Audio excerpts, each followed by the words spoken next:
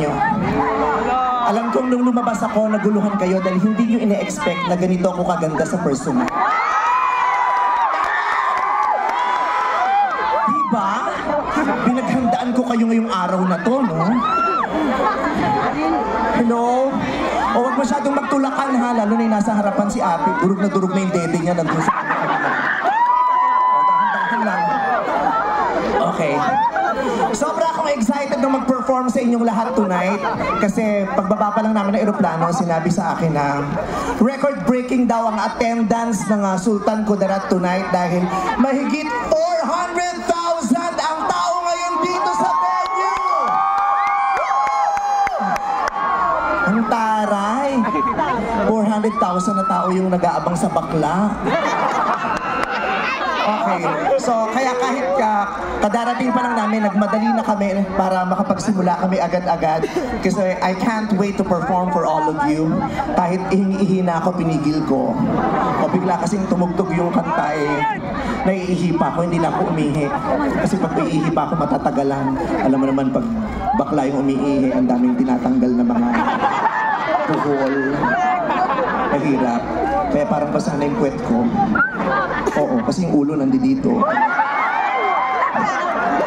Pero hindi siya tatagas kasi paglabas sa isang butas, papasok sa isang pambutas, kaya paikot-ikot lang siya sa loob.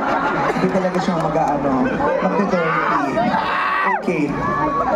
Ang tari naman ang pailaw nito, parang concert talaga. Ang liwanag, parang na akong kinukuha sa kabilang buhay.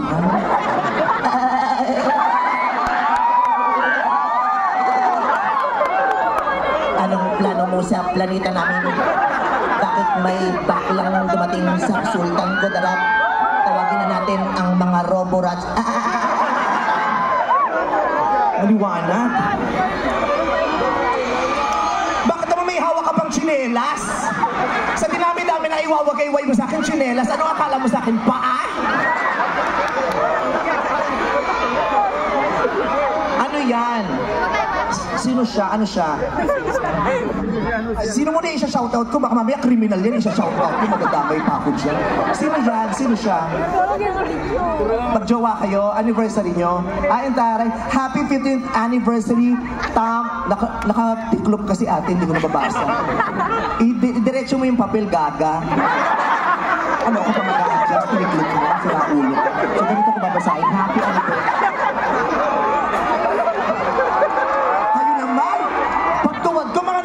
Camera, mga binibidyo. Nabidyo nyo ba yon? Para makita nyo ang pinakamaruming portal. Happy 15th anniversary kay Tam She. Kayo yon. Sino si Tam? Siya yung Tam, ikaw si She. Taray. Jowaan. Happy birthday, Faith Doronyo. I love you, Meme Vice. I love you too very much. I love you. Ang taray, mga sosyal, mga tao rito, mga naka-cellphone ng mamahalin. Sige nga, kung talagang mahal mo ako, tapon mo nga yung phone mo. O, di mo to, di naman, di. Okay.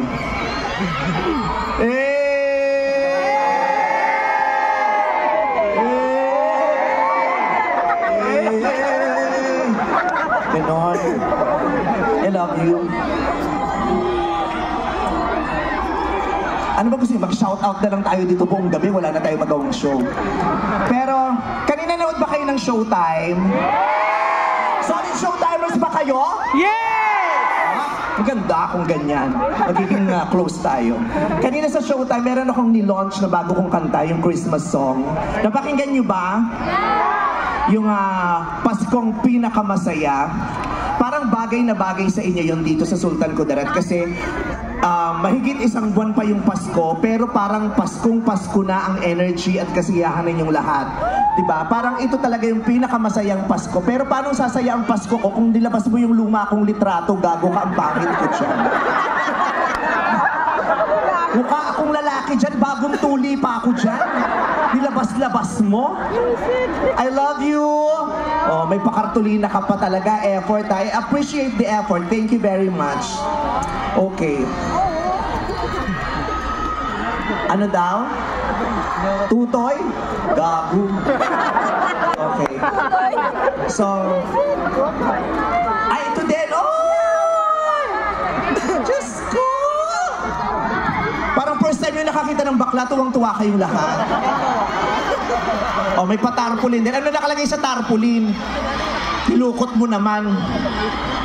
Hoy! Meme Vice, pahag, pakis, pa-picture. Ang dami mong demands.